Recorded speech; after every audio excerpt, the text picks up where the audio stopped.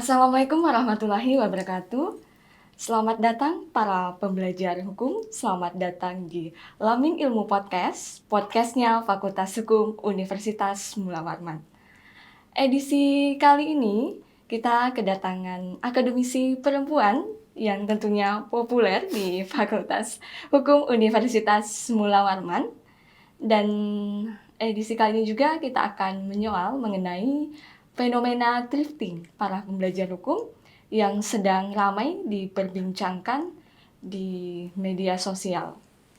Menyoroti pernyataan Menteri Pariwisata dan Ekonomi Kreatif Sandiaga Uno menyatakan bahwasannya fenomena thrifting ini sebenarnya boleh, tetapi asalkan sesuai dengan koridor hukum yang berlaku.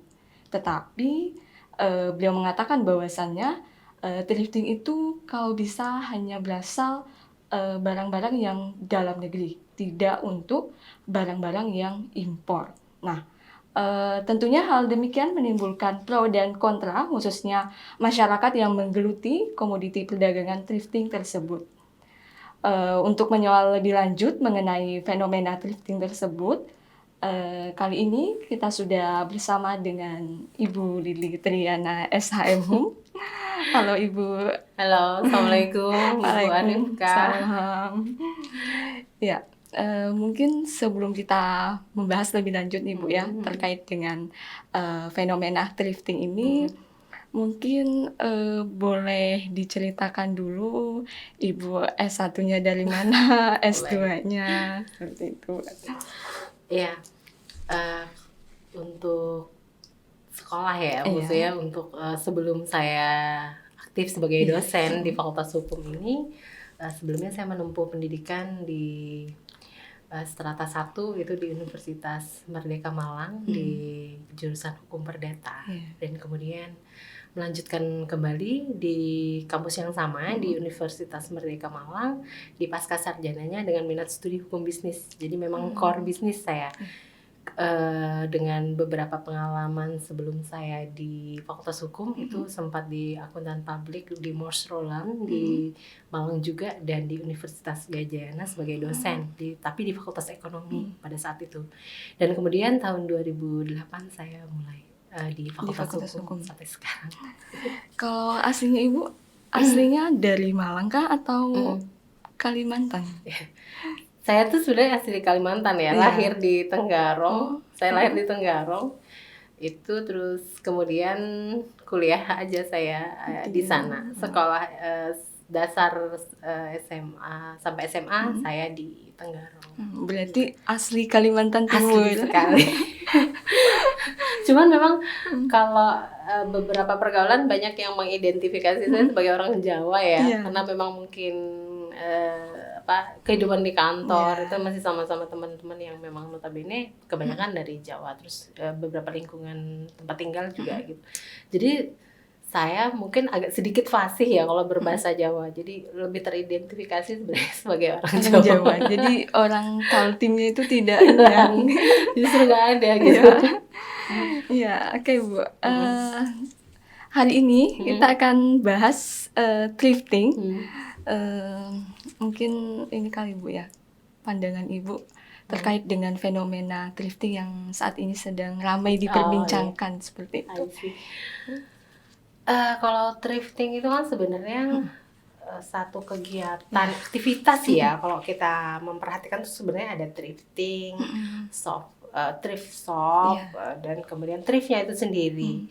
Kalau ngelihat dari sejarahnya, dari berbagai sumber yang coba saya baca gitu ya, kalau thrifting itu kan sebenarnya awalnya bukan aktivitas berburu barang ini ya, barang bekas ya. Kan biasanya kalau thrift itu dia barang bekas atau mungkin barang yang sudah lama tidak dipakai terus kemudian dijual kembali. Ya itu thrift sih konsepnya. Tapi kalau dulu sebenarnya thrift aktivitas thrift itu lebih kepada, kalau saya perhatikan di tahun sekitar 1300-an itu justru kayak penghematan gitu loh. Waktu itu di Inggris ya, jadi setelah ada kejadian perang dan segala macamnya kan,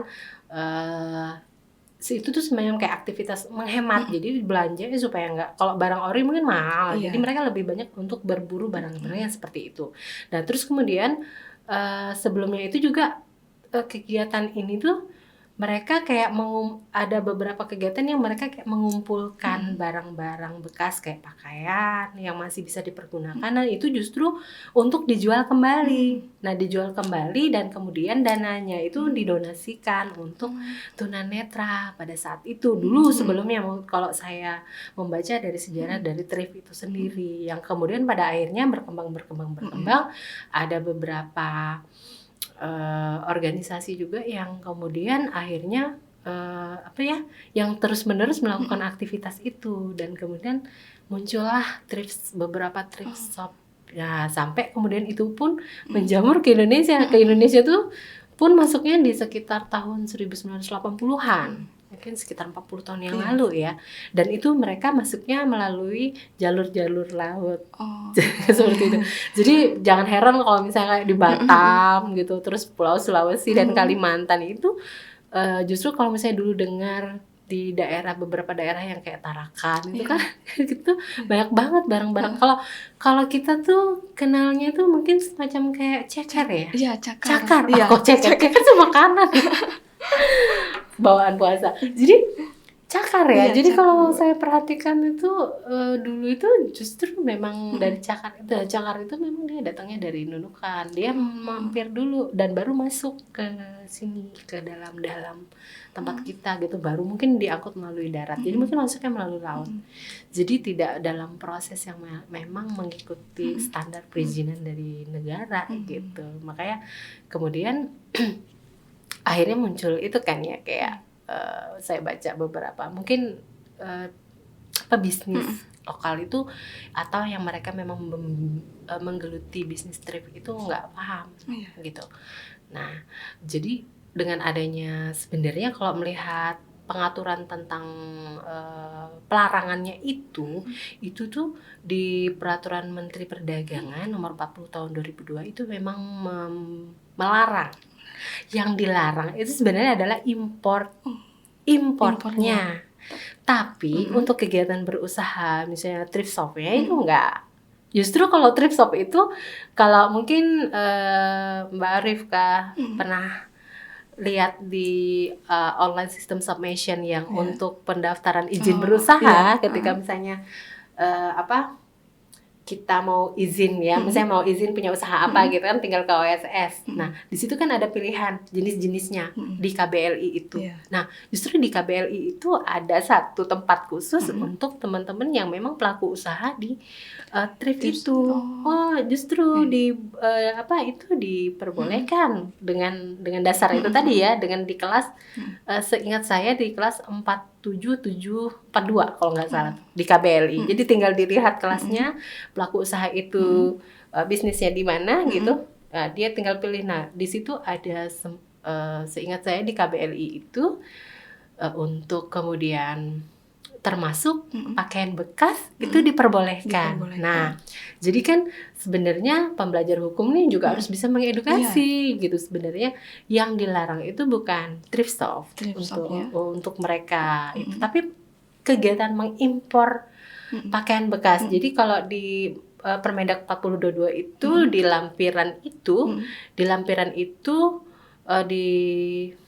yang saya baca di pasal 2 seingat saya di poin 4 poin D huruf ya, saya agak terlupakan. Tapi yang perlu dipastikan adalah sebenarnya memang dilarang untuk mengimpor termasuk karung bekas dan kemudian pakaian bekas. Jadi seingat saya jadi sebenarnya banyak yang dilarang untuk diimpor, tapi termasuk pakaian bekas itu disebutkan di situ. Itu dilarang sama sekali. Jadi memang ada beberapa alasan ketika impor itu tidak diperkenankan. Bahkan dulu sebelumnya ketika kita kembali ke Undang-Undang Nomor 7 tahun 2014 tentang perdagangan, itu dijelaskan secara gamblang di pasal 47 itu dilarang untuk mengimpor. Jadi bukan dilarang, intinya kalau ingin mengimpor itu barang harus dalam keadaan baru. Artinya barang yang bekas itu kan nggak boleh, ya kan? Nah, itu sebelumnya tuh tahun 2014 sudah diproteksi. Jadi impor itu harus dalam barang itu harus dalam keadaan baru. Ya, jadi nggak boleh mengimpor. Nah, akhirnya dipertegas lagi kan dengan Undang-Undang Cipta Kerja. Akhirnya diulang kembali di Undang-Undang Cipta Kerja itu di beberapa hal yang kemudian terkait bagaimana kemudian impor itu harus dalam keadaan barangnya harus dalam keadaan baru. Pun kalau misalnya kita mau mengimpor barang yang bekas itu diperbolehkan, tapi harus dalam satu keadaan tertentu gitu. Ya, jadi dalam satu keadaan tertentu itu misalnya negara nih butuh apa gitu, barang yang barang bekas, tapi itu kan diatur di dalam peraturan pemerintah kembali ya. Jadi diperbolehkan kalau misalnya dalam satu keadaan tertentu, misalnya negara memerlukan harus impor apa gitu. Nah, itu baru diperbolehkan. Tapi untuk dalam satu keadaan lain memang itu tidak diperkenankan untuk diimpor, termasuk pakaian bekas itu. Termasuk yang kayak dijual untuk ini Bu ya, misalnya untuk pemakaian sehari-hari seperti itu. Iya. Artinya dengan alasan apapun impor pakaian bekas itu nggak boleh gitu. Jadi kalau bisa dibilang sebenarnya thrifting itu pada dasarnya boleh kan Bu ya. Hanya saya ada pengecualian seperti itu. Cuman kan masyarakat ini yang maksudnya tidak nggak paham itu. Intinya kan gini, yang menjadi kekhawatiran itu kan karena sepanjang sebelum aturan ini diberlakukan, mereka kan memperoleh produk itu dari pengimpor. Ya, yang sepanjang ini kan yang di aktivitas mereka jual itu kan adalah barang-barang yang memang impor. Jadi belinya yang dalam bentuk bal-balan itu kan. Nah, dan terus kemudian dengan munculnya ini kan akhirnya jadi merasakan, kok aku jadi nggak bisa jual barang bekas lagi dong yang dari luar gitu. Nah, tapi justru kalau barang-barang yang ada di dalam negeri yang sifatnya bekas itu ya boleh, justru itu yang didorong gitu loh. Sebenarnya barang-barang yang dari UKM kita yang mungkin sudah lama tidak laku atau kemudian ada sedikit cacat pabrik dan segala macamnya itu yang jadi sebenarnya itu adalah satu upaya pemerintah ya untuk menekan gimana derasnya impor itu dari luar. Bisa bayangkan kalau saya kemarin sempat membaca penguasaan terhadap untuk pasar itu saja, pasar untuk pakaian itu sendiri 80% itu dikuasai oleh impor dan kemudian kita tuh sisa 20%, 20% itu pun dikuasai oleh beberapa saya nggak sebut negaranya, itu dia yang menguasai. Jadi kita tuh cuma sisa 5% saja dan itu kita harus bersaing antara UKM dengan beberapa perusahaan-perusahaan tekstil besar yang ada di Indonesia. Jadi bisa kebayang dong kalau kita tidak cepat gitu maksudnya untuk memproteksi itu sebenarnya juga mempengaruhi bagaimana kemudian untuk UKM kita tuh bisa berkembang. Jadi sebenarnya memang usaha untuk mencoba menyetop kegiatan impor barang bekas itu cuman karena memang kalau saya perhatikan tuh kan kalau Indonesia tuh apalagi anak-anak muda kita ya yang kayak berburu blend-blend ternama gitu kan Bu, itu luar biasa. Itu kan gaya hidupnya Indonesia banget ya. Artinya mereka tuh kan akan jadi suatu kebanggaan dong kalau aku pakai barang original meskipun aku nggak bisa mungkin beli yang original dengan harga yang original, tapi dengan keadaan yang seperti itu akhirnya memberikan kayak kesempatan mereka untuk bergaya gitu kan. Jadi Indonesia tuh gayanya luar biasa, kiblatnya itu udah fenomena konsumtif anak muda sekarang. Anak muda. Jadi kayak baju yang brand itu kayaknya kalau udah pakai brand A atau brand B gitu kayaknya udah satu kebanggaan ya. Justru ya itu tadi. Jadi kalau misalnya kayak cuman pakai brand yang cuman dari dalam aja gitu kayaknya biasa-biasa aja sih gitu. Tapi kalau udah pakai itu satu artinya ya semacam prestis juga gitu.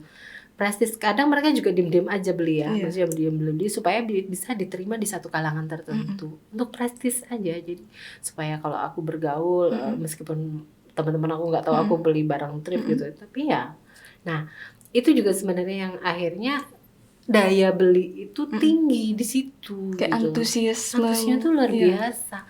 Bisa kebayang nggak sih kalau saya perhatikan, saya kadang juga suka lihat aktivitas di Instagram itu ya, ada beberapa tempat thrift shop yang memang rame banget gitu.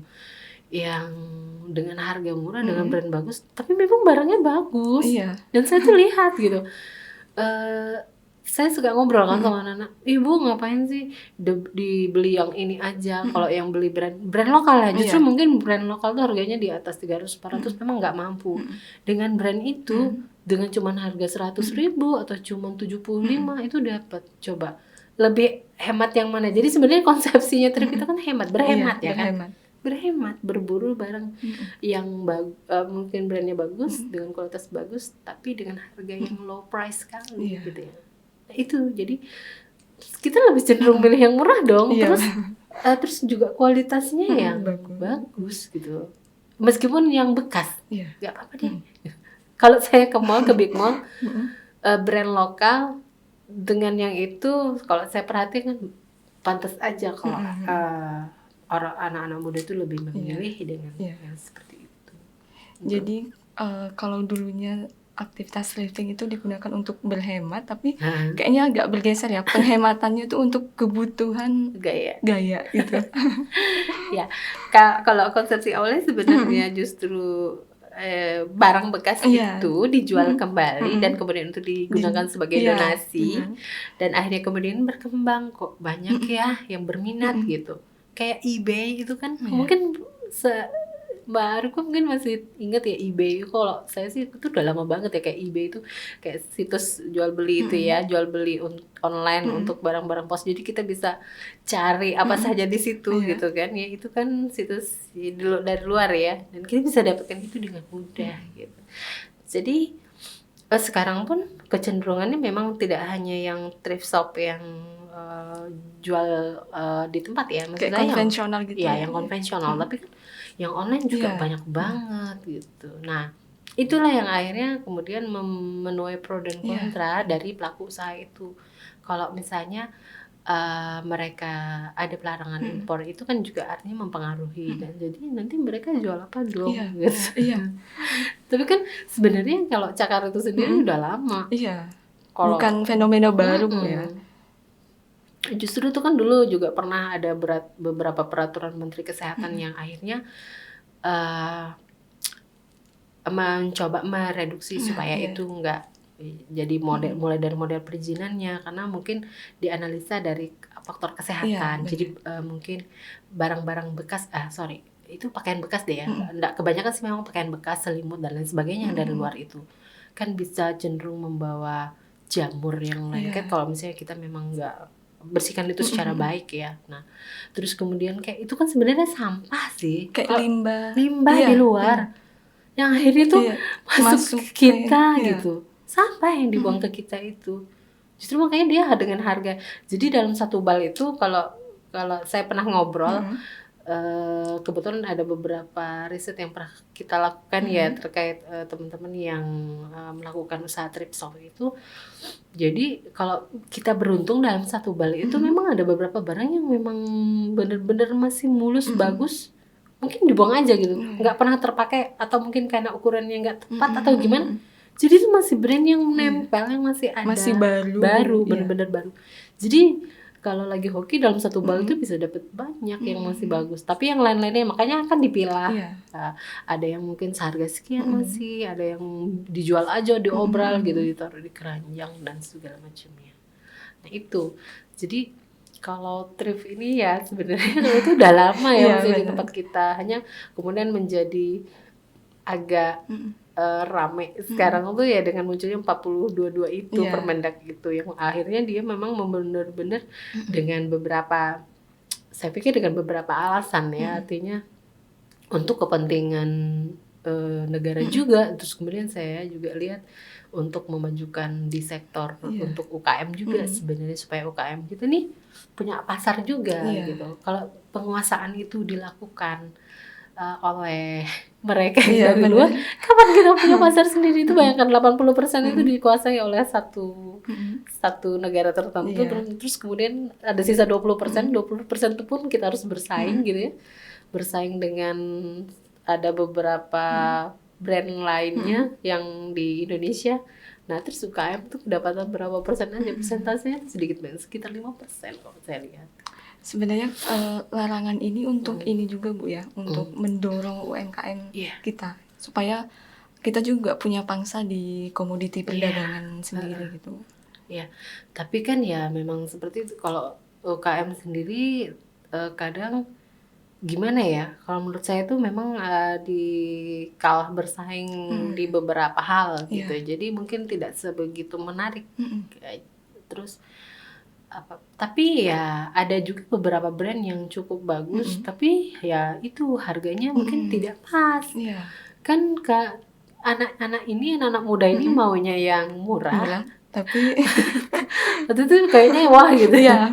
Ketimbang saya harus beli brand lokal, tapi harganya mahal. Harganya cukup. Ya ada beberapa yang seperti itu. Hanya sebenarnya kebijakan terkait thrift ini saya cukup apresiasi ya, artinya. Tapi memang masih punya kesempatan karena ini kan berlaku selama 288 hari ke depan gitu. Masih ada waktu lah buat teman-teman yang untuk tetap bisa melakukan kegiatan thrift shop-nya itu. Jadi boleh gitu ya. Artinya boleh untuk thrift shop itu tetap melakukan aktivitas, hanya barang-barang yang mereka ini yang mereka jual itu udah mungkin nggak bisa lagi karena impor untuk barang bekas itu pakaian bekas itu kan nggak boleh gitu. Nah jadi terbatas, artinya setelah itu berarti mereka mungkin bisa saja mencoba mengakali ya. Artinya banyak juga sih teman-teman yang ada di Indonesia yang mungkin beli brand di luar terus mereka jual pre-love ya, pakaian-pakaian udah yang pre-love boleh sih, tetap bisa gitu, asalkan dia bukan impor. Nah, yang bekas-bekas di Indonesia juga kan artinya ya sepanjang itu masih ada di wilayah di dalam negara kita, itu yang diperbolehkan. Kalau ini Bu, bentuk pengawasannya nanti ke depan kalau misalnya sudah diberlakukan secara permanen itu gimana, maksudnya kan kayak agak susah mungkin kita ini menjangkau untuk semua di semua wilayah seperti itu. Artinya butuh komitmen yang dari setiap elemen yang dilibatkan gitu. Artinya jangan sampai seperti yang sebelum-sebelumnya kayak peraturan Menteri Kesehatan dulu melarang pakaian bekas itu untuk diperjualbelikan. Tapi karena fungsi pengawasannya tidak berjalan, nah akhirnya kan ya masih tetap aja ada gitu ya. Artinya kalau memang betul-betul ya memang harus komitmen ya terhadap elemen apa saja maksudnya yang terkait pengawasan ini gitu ya, yang bisa kalau menurut Permendag di Undang-Undang Cipta Kerja itu kalau melanggar misalnya dia tetap import gitu kan, idealnya pidana 5 tahun dengan kemudian denda 5 miliar dan kemudian beberapa sanksi administrasi ya, termasuk nanti teguran tertulis atau kemudian dengan dicabutnya izin usaha gitu, dengan dicabutnya izin usaha. Jadi saya pikir bisa berkomitmen terhadap itu deh. Kalau misalnya memang bisa berkomitmen, saya yakin nah itu bisa berjalan sebagaimana mestinya. Tapi kalau misalnya fungsi pengawasan dan penertiban itu tidak berjalan, ya masih tetap aja gitu. Jadi memang akan tetap membatasi ruang untuk kegiatan yang seyogyanya sebenarnya memang difokuskan kalau misalnya impor itu nggak ada, jadi kita yang dari dalam yang masuk gitu, yang dari UKM atau dari sektor beberapa usaha-usaha pakaian jadi yang memang sebenarnya udah, kalau sebenarnya dulu tuh kita punya brand-brand bagus, cuma saya nggak tahu karena persaingan kan. Waktu zaman saya SMA tuh mungkin kalau Mbak Arifka mungkin nggak ngelewatin. Zamannya saya tuh ada kayak Dagadu tuh produk lokal loh. Dagadu tuh punyanya Jogja. Itu kaos bagus banget waktu saya gitu. Hanya mungkin karena persaingan yang pada akhirnya hilang gitu. Hilang dengan sendirinya, maksudnya dengan banyaknya brand-brand yang masuk gitu Bu ya. Ada Dadung, saya ingat C59 itu dari Bandung. Cibaduyut kalau nggak salah, Cibaduyut nomor 59 kalau nggak salah waktu itu. Itu brand yang bagus yang memang saat dari luar tuh nggak bisa masuk dengan bebas. Terus misalnya akses mereka untuk itu mungkin nggak ada. Jadi benar-benar produk lokal yang ada di. Nah itu seingat saya tuh di tahun 90-an waktu saya masuk sekolah gitu. Nah, saya tuh sebagai penikmat brand-brand, justru brand-brand lokal. Karena pada saat itu memang tidak ada akses. Ya, seingat saya seperti itu. Saya justru nggak begitu kenal brand-brand luar tuh gitu. Atau mungkin begini, zamannya saya kan nggak punya handphone. Oh iya. Itu kan juga bisa jadi faktor ya. Nggak punya handphone, jadi kita nggak tahu di luar itu lagi tren fashion apa sih gitu. Itu jadi sebenarnya fungsi dari media sosial itu juga mempengaruhi juga gitu. Karena kok apa-apa kan sekarang serba media sosial Bu ya. Ya. Kan kita nggak harus keluar aja, kita udah dapet di rumah gitu barang yang kita mau. Kita bisa belanja dengan mudah. Itu cuma dari rumah. Iya. Cuma tinggal cari apa yang kita mau, terus kita bayar. Nah, terus kita juga bisa dapat informasi di luar ini lagi rame apa sih, gitu. Maksudnya tren fashionnya bagaimana sih? Gitu. Terus lihat brand-brand apa sih yang bagus? Akhirnya kan kita, brand ini bagus. Ada nggak sih di Indonesia ininya atau KW-nya di Indonesia tuh gitu banget kan? Meskipun barangnya KW mau aja dia beli gitu. Itu maksudnya ya banyak faktor ya yang akhirnya mempengaruhi kita juga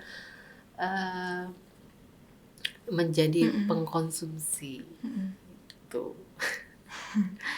Terkait ini Bu, efektivitas mungkin pemberlakuan aturannya nanti, selain dari misalnya adanya pengawasan yang kita harus berkomitmen, terus apa aja sih yang perlu diperhatikan gitu agar peraturan ini nggak cuma sekedar peraturan aja gitu. Iya. Jadi biasanya daerah tuh punya maksudnya punya satu tempat yang kemudian mereka bisa memaksa untuk kemudian membatasi dari impor ini. Maksudnya meskipun ada impor atau kemudian ada yang dengan diam-diam gitu memasukkan barang impor itu tetap dari luar. Selama ada komitmen juga dari pemerintah daerah untuk membatasi itu dengan mungkin dalam bentuk peraturan daerah sendiri gitu ya. Artinya itu juga bisa memberikan kalau misalnya salah satu hal yang untuk mencapai tujuan bahwa kemudian ini harus bisa diberlakukan peraturan ini gitu. Jadi sebagai satu dorongan yang pertama itu terkait bagaimana kemudian nanti UKM itu bisa berkembang. Nah, terus kemudian tidak cuma brand lokal ya yang ada di Kalimantan Timur misalnya. Kalimantan Timur ini kita punya brand loh. Beberapa brand lokal yang cukup maksud saya cukup bagus gitu kualitas barangnya, kalau misalnya pakaian ya kayak kaos gitu. Nah, itu banyak gitu. Kaos itu kita banyak. Terus kemudian beberapa pakaian yang lainnya itu kita banyak. Kita justru punya brand sendiri. Jadi kalau misalnya mau memproteksi itu, terus mau membuka peluang pasar yang lebih banyak untuk ya memang harus butuh komitmen yang tidak hanya terpusat ya. Jadi pusat itu mau menjangkau daerah itu agak sulit lah gitu. Artinya peran serta daerah ini juga penting gitu, penting sekali untuk bisa membantu menertibkan itu. Bagaimana kemudian capaian dari implementasi yang diinginkan itu bisa efektif. Nah, jadi memang harus bersinergi semuanya gitu. Jadi siapa nanti yang dilibatkan? Ya kan, kalau misalnya untuk menertibkan misalnya ada trip shop, ternyata kok masih jualan ini gitu. Nah, daerah itu harus punya beberapa rencana aksi yang harus bisa dilakukan untuk trip shop ini. Mereka harus bisa jualan loh, tetap. Kenapa? Karena ya mereka juga sebagai penyalur dari UKM itu juga gitu kan ya. Nah, terus selain dari trip shop yang harus tetap bisa berjualan itu, nah gimana kemudian untuk bisa memonitoring. Nah, jadi usaha untuk memonitoring di memonitoring si shop itu tadi, trip shop itu tadi, supaya untuk tetap dia enggak menjual barang-barang impor yang ilegal. Impor kan ya, karena impor itu kan ilegal. Kalau impor yang mungkin pakaian dalam keadaan baru kan nggak apa-apa, nggak apa-apa. Cuman kalau yang dalam keadaan bekas ini yang memang nggak boleh sama sekali, bener-bener dilarang, nggak boleh karena ya banyak beberapa lah. Artinya mungkin Itu yang perlu diketahui bersama. Jadi tidak akan mungkin kita nutup thrift shopnya gitu ya, tapi kegiatan mengimpornya lah yang dilarang. Seperti ini sih Bu, saya ada baca kemarin yang di Nunukan, itu kan ada bupatinya itu memberlakukan ini, boleh menghabiskan dulu barang-barang yang masih ada, tetapi kalau sudah habis tidak boleh lagi, seperti itu.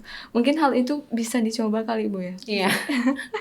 Ya, salah satu upaya. Ya, makanya saya bilang sebenarnya fungsi dari daerah itu juga memiliki peran yang sangat penting ya. Artinya bagaimana kemudian daerah itu sendiri melalui peraturannya dan kemudian melalui elemen-elemennya itu kemudian bisa komitmen gitu. Jadi kalau misalnya memang tidak, ya tentunya kita tidak akan melakukan hal-hal yang kemudian tidak diperkenankan atau tidak diizinkan oleh undang-undang, kan seperti itu. Nah, kita tahu sendiri kalau kayak Nunukan tuh, wah mudah sekali dari situ masuknya. Karena perbatasan. Dan kemudian tidak perlu akses yang cukup ribet. Iya, benar. Cuman ya makanya saya bilang pesisir laut tuh dulunya tahun 1980-an tuh mereka masuknya di situ. Nunukan, Sebatik, Tarakan, ya kan. Kalau di Tarakan tuh Pasar Busur kalau saya ingat saya tuh. Kita bisa banyak Tawau ya. Seingat saya tuh Tawau juga banyak dulu itu barang-barang yang seperti itu. Nah, itu brand yang bagus gitu loh. Dan murah. Dan kita tuh bisa tebus yang murah gitu. Nah, jadi ya seperti itu komitmen yang mungkin bisa kita tiru ya. Karena makanya masih ada spare waktu semenjak diberlakukan kemarin ke depan sampai ke depan itu kan ya, di 288 hari ke depan. Nah, setelah itu yang misalnya yang masih ada jualan itu kan enggak perlu khawatir gitu. Dihabiskan saja sebelum waktu yang dipertentukan itu udah selesai gitu kan ya, diselesaikan saja. Hanya kemudian mereka nggak boleh lagi untuk menjual barang-barang impor tadi. Ya, yang difikirkan dari pelaku usaha ini kan adalah keberlanjutan dari usahanya. Boleh tetap jualan, boleh sepanjang itu bukan barang impor bekas gitu. Jadi yang barang-barang dari dalam negeri yang bekas atau kemudian yang mungkin dari luar yang dijual orang di dalam negeri yang pre-love ya boleh-boleh saja, masih tetap boleh untuk kegiatan itu. Tapi mungkin yang perlu dibangun juga ini Bu ya, pemahaman masyarakatnya. Jangan sampai mereka mikirnya kita nggak boleh ini lagi nih usaha terus lagi gitu. Karena pasti pikiran mereka kan kalau nggak ya artinya kan makanya kemarin itu ada beberapa di kalau nggak salah daerah Surabaya atau apa, saya baca tuh berita mereka komplain, maksudnya tuh komplain kenapa sih harus dibatasi gitu, kita nggak bisa jualan dong. Nah itu yang mindset yang itu yang mereka nggak tahu, yang mesti harus diluruskan gitu. Impor barangnya yang nggak boleh, tapi thrift shopnya boleh, masih tetap boleh gitu loh. Nah sepanjang barang-barangnya itu kan bukan barang impor yang dari ilegal itu kan, karena antara thrift shop ini kan pasti dia terhubung dengan pengimpor kan, orang yang mengimpor barang itu kan, yang mengimpor barang ini. Kegiatan impor itu yang sebenarnya nggak boleh gitu. Jadi intinya kalau kita menjual itu ya pasti nanti akan kena beberapa sanksi administratif kan sebagai toko gitu. Jadi jangan sampai kita yang di-ban tokonya kita gitu. Artinya sepanjang masih ada tempat untuk maksudnya masih ada spare waktu ya boleh. Nah, jadi sambil sekarang yang dimasukkan adalah barang-barang yang memang ada di dalam lintas wilayah Indonesia, masih di dalam negeri lah gitu. Boleh kalau ya justru kalau misalnya nggak boleh di OSS harus dihapus dong KBLI-nya yang 477 per 2 itu, yang kelasnya, kelas untuk izin berusahanya itu, karena memang diperbolehkan gitu, ada legalnya, ada legalitasnya untuk mereka izin berusaha dari pakaian bekas, jadi termasuk kaos bekas dan segala macam yang bekas-bekas boleh. Nah jadi ya nggak boleh itu ya impornya itu tadi. Selama tidak impor itu berarti boleh Bu ya? Boleh. Iya. Ya, baik Ibu, mungkin apa ya, kayak closing statement mungkin buat para pembelajar hukum kita di rumah, biar mereka ini paham gitu, maksudnya jangan sampai mereka berpikir nggak boleh nih thrifting, maksudnya biar mereka punya pemahaman juga seperti itu. Iya. Ya seperti mungkin tadi kita sudah sempat banyak membahas ya tentang thrift ini sendiri, thrifting ini sendiri. Jadi antara thrifting dengan thrift itu satu konsep yang beda ya. Jadi kegiatan untuk berburu ini ya sepanjang tidak melakukan kegiatan mengimpor itu sesuatu hal yang sah-sah saja. Atau kalau misalnya pengen beli di luar barang yang dalam kondisi baru, boleh, masih tetap boleh. Artinya dalam Undang-Undang Cipta Kerja pun memperbolehkan, boleh impor asal barang dalam keadaan baru. Yang nggak boleh itu yang tidak. Ya, tapi kan kalau impor jadinya maksudnya jatuhnya tetap mahal ya gitu. Nah, ya berarti tinggal kita dong yang bisa mengendalikan bagaimana gaya hidup kita. Nggak perlu juga sih yang harus bisa diterima di masyarakat tuh dengan harus punya prestis yang seperti ini kok saya pakai brand ini gitu. Ya kita harus bisa memikirkan sebenarnya konsepsi dari thrift untuk berhemat itu sendiri. Justru kalau misalnya kita beli apapun yang penting disesuaikan dengan kemampuan gitu. Jadi mau nge-thrift aja ya silahkan, asal disesuaikan dengan kemampuan. Terus kemudian untuk thrift shop itu juga nggak usah perlu khawatir. Jadi bukan berarti aktivitas mereka jadi nggak bisa berjalan untuk jual barang-barang bekas ya. Intinya sepanjang yang dijual itu bukan barang impor yang bekas. Barang impor bekas itu pasti jelas nggak boleh gitu ya. Nah, jadi artinya bisa berimpact kepada thrift shopnya itu sendiri gitu. Saya pikir itu Mbak Arifka. Sebelumnya terima kasih banyak Ibu. Ini pemahaman yang menjadi tambahan bagi kita semua, khususnya para pembelajar hukum di rumah. Karena jangan sampai kita mispersepsi. Kan masyarakat itu kan kadang menelan mentah-mentah aja gitu apa yang info dari televisi itu ya udah seperti itu, tidak mau tahu lebih lanjutnya bagaimana misalnya apa sih esensinya dari pelarangan adanya pelarangan impor barang bekas seperti itu. Sekali lagi terima kasih banyak Ibu sudah berkenan hadir di Lamin Ilmu Podcast. Semoga memberikan pemahaman-pemahaman baru di para pembelajar hukum di rumah. Semoga bermanfaat juga ya. Tapi mungkin informasi yang lain ya selain dari Lamin Ilmu itu mungkin kita bisa dapatkan banyak sih ya sebenarnya. Ya kalau ada keinginan untuk terus belajar dan kemudian tugasnya mungkin yang mendengarkan podcast hari ini tuh bisa membantu juga untuk mengedukasi kawan-kawan yang lain termasuk kepada teman-teman pelaku usaha yang masih bergelut di thrift shop, karena memang kalau saya perhatikan thrift shop tuh kan banyak menjamur tuh setelah pandemi ini, justru banyak toko-tokonya gitu, semakin ramai juga toko-tokonya gitu. Apalagi ada di season-season tertentu mereka yang cuman sampai satu barang tuh 10.000. Jadi saya pikir itu mungkin yang udah barang bekas yang udah nggak laku-laku kali, atau ada beberapa thrift shop juga yang mendermakan pakaian itu. Nah kalau itu konsepnya tepat. Jadi dia beli barang terus kemudian dia dermakan, dia kasihkan, dia sumbangkan kepada orang lain, tepat. Atau kemudian dia jual hasilnya untuk didonasikan.